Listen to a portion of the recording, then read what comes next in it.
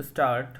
भगवान बिरसा मुंडा के क्षेत्र झारखंड की पावन धरती पर स्थित इस विश्वविद्यालय के नूतन परिसर के दीक्षांत मंडप में ऊर्जावान युवा विद्यार्थियों के बीच आकर मुझे हार्दिक प्रसन्नता हो रही है। विराम। आज उपाधि प्राप्त कर रहे स्नातकों, परा स्नातकों और शोधार्थियों को मैं हृदय से बधाई देता हूँ। सभी पदक विजेता विद्यार्थी विशेष प्रशंसा के पात्र हैं। साथ ही शिक्षकों एवं अभिभावकों को भी मैं हार्दिक बधाई देता हूँ। इस प्रथम दीक्षांत समारोह के आयोजन के लिए मैं विश्वविद्यालय परिवार की सराहना करता हूँ। दीक्षांत समारोह विद्यार्थियों और उनके अभिभावकों के जीवन में विशेष महत्व रखते हैं, इसलिए मेरी अपेक्षा है कि भविष्य में दीक्षांत समारोह समय पर आयोजित होते रहें। मुझे यह जानकर प्रसन्नता हुई है कि उत्तर में लद्दाख से लेकर दक्षिण में केरल तक और पूर्वोत्तर में अरुणाचल प्रदेश से लेकर पश्चिम में महाराष्ट्र तक लगभग 20 राज्यों व केंद्र शासित प्रदेशों से आए हुए विद्यार्थी यहाँ शिक्षा प्राप्त कर रहे हैं। विराम। मुझे बताया गया है कि भूटान, मलेशिया और यमन से आए विद्यार्थी भी यहाँ शिक्षा प्राप्त कर चुके हैं। मैं आशा करता हूँ कि विभिन्न क्षेत्रों में विशेषकर पर्यावरण से जुड़े विषयों पर आपके विश्वविद्यालय द्वारा अंतर्राष्ट्रीय संस्थानों के साथ किए जा रहे सहयोग से उपयोगी परिणाम निकलेंगे। विराम। झारखंड का यह क्षेत्र जिस पूर्ववर्ती बिहार का हिस्सा रहा है, वहाँ के नालंदा विश्वविद्यालय ने प्राचीन काल में अंतर्राष्ट्रीय प्रतिष्ठा अर्जित की थी। वह स्थान यहाँ से थोड़ी ही दूरी पर है। उस आदर्श शिक्षा केंद्र से प्रेरणा लेकर आप सबके इस विश्वविद्यालय परिवार को उत्कृष्टता और विश्व स्तरीय प्रतिमान स्थापित करने की आकांक्षा के साथ आगे बढ़ना चाहिए। विराम। प्यारे विद्यार्थियों, झारखंड की लगभग 26% आबादी जनजातीय है। प्रकृति के साथ संतुलन बनाकर जीवन यापन करने तथा स्वास्थ्य परंपराओं को जीवित रखने की शिक्षा पूरे समाज को, खासकर युवा पीढ़ी को आदिवासी समुदाय से प्राप्त हो सकती है।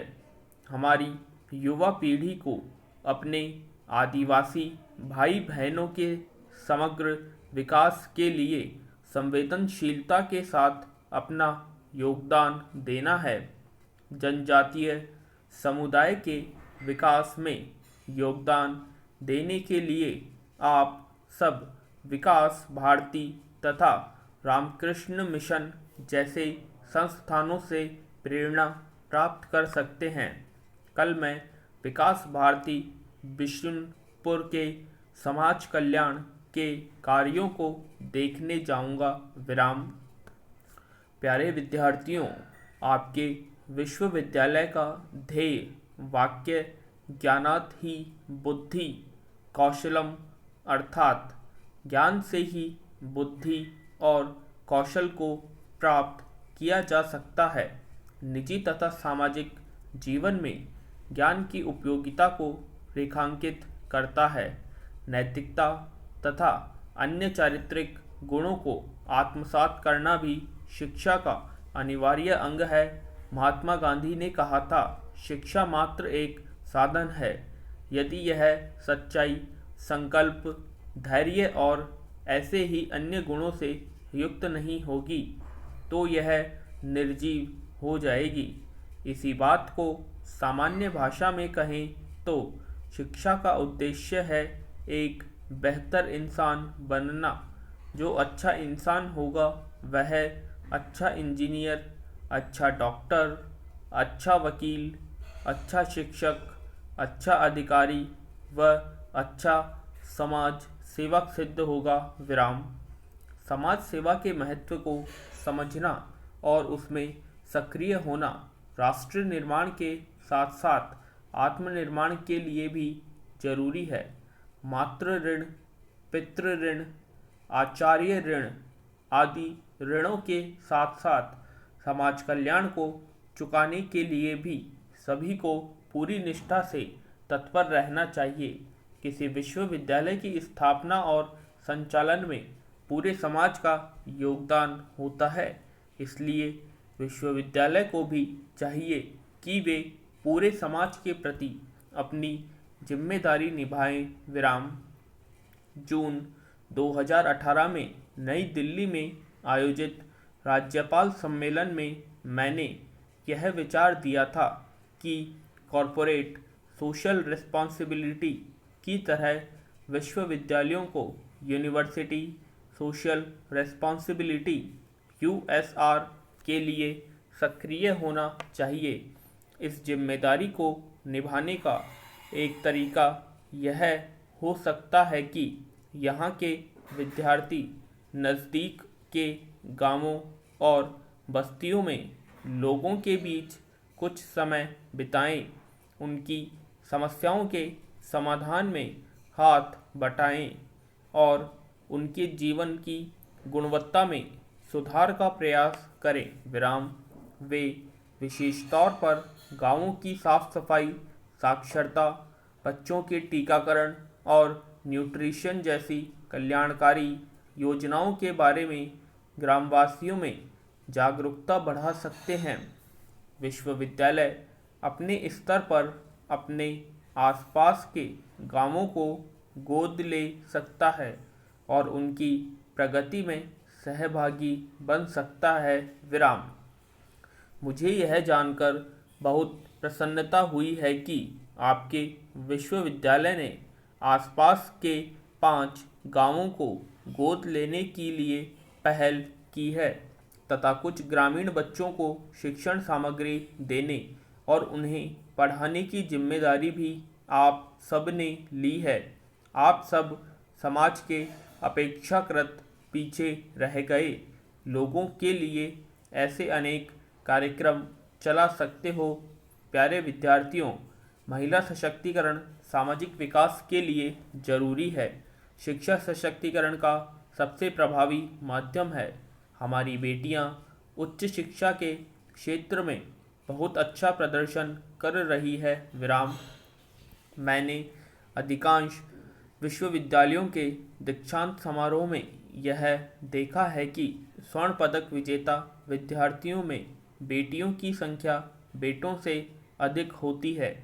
आपके विश्वविद्यालय में भी विगत 6 वर्षों में कुल 96 स्वर्ण पदक प्राप्त करने वाले विद्यार्थियों में 64 बेटियां हैं और 32 बेटे हैं। इस प्रकार स्वर्ण पदक विजेता बेटियों की संख्या बेटों से दोगुनी है। बेटियों का यह शानदार प्रदर्शन भविष्य के विकसित भारत की सुनहरी तस्वीर प्रस्तुत करता है। विराम। प्राय बेटों की तुलना में हमारी बेटियों को अधिक चुनौतियों और बाधाओं का सामना करना पड़ता है, इसलिए उनकी यह उपलब्धि और भी सराहनीय है। लेकिन बेटियों की सफलता का यह अनुपात विज्ञान और टेक्नोलॉजी के क्षेत्र में कम दिखाई देता है। संयोग से आज नेशनल साइंस डे भी है। इस अवसर पर आज सुबह मैंने केंद्र सरकार द्वारा दिल्ली में आयोजित एक महत्वपूर्ण समारोह में भाग लिया। वहाँ साइंस और टेक्नोलॉजी के क्षेत्र में बेटियों की भागीदारी अपेक्षाकृत कम होने के कारणों पर चर्चा हुई और उनके समाधान के लिए कुछ योजनाएं भी घोषित की गईं। इस विश्वविद्यालय के साइंस और इंजीनियरिंग के अध्यापकों और छात्राओं को मैं खास तौर पर बताना चाहता हूँ कि केंद्र सरकार द्वारा विज्ञान और टेक्नोलॉजी के क्षेत्र में महिलाओं को प्रोत्साहित करने के लिए विशेष योजनाएं शुरू की गई हैं। Gender advancement for transforming institutions अथवा GATI नामक कार्यक्रम के माध्यम से महिलाओं की समानता के लिए विश्व की श्रेष्ठ पद्धतियों को अपनाने में संस्थानों की सहायता की जाएगी। महिलाओं के लिए साइंस और टेक्नोलॉजी से जुड़ी उपयोगी सामग्री से युक्त ऑनलाइन पोर्टल बनाया गया है।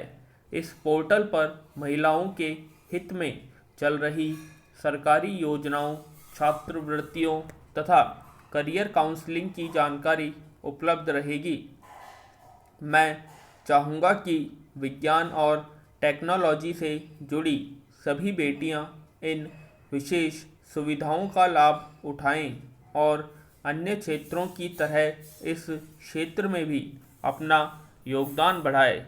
इस सदी के विश्व बाजार में ज्ञान ही सबसे महत्वपूर्ण पूंजी के रूप में उभरा है।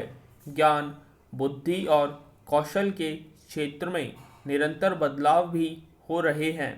नित्य नए इनोवेशन के परिणाम स्वरूप तेजी से हो रहे परिवर्तनों के इस दौर में अपने ज्ञान और कौशल को निरंतर प्रासंगिक बनाए रखना एक चुनौती भी है और अवसर भी। सदैव कुछ न कुछ नया जानने और सीखने वाला व्यक्ति ही इस दौर की चुनौतियों का सामना कर सकेगा। साथ ही जिज्ञासा, उत्साह और सतर्कता के साथ अपने ज्ञान, कौशल और बुद्धि का सदैव विकास करने वाले व्यक्ति के लिए आज अपार अवसर भी उपलब्ध हैं।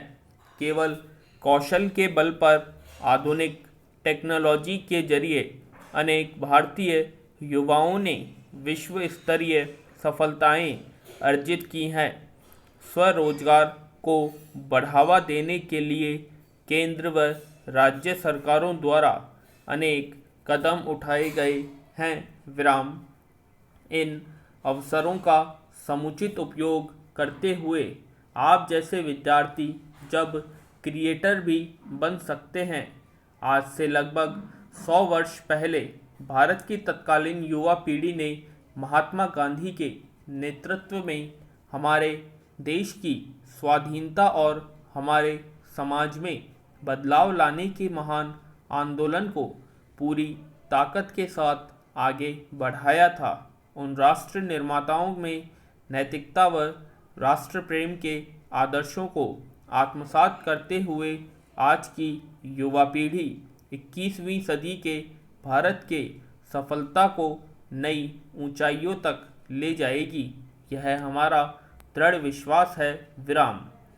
मैं आप सभी विद्यार्थियों को सफलता के पथ पर हमेशा आगे बढ़ते रहने के लिए शुभकामनाएं और आशीर्वाद देता हूं। धन्यवाद। जय हिंद। विराम।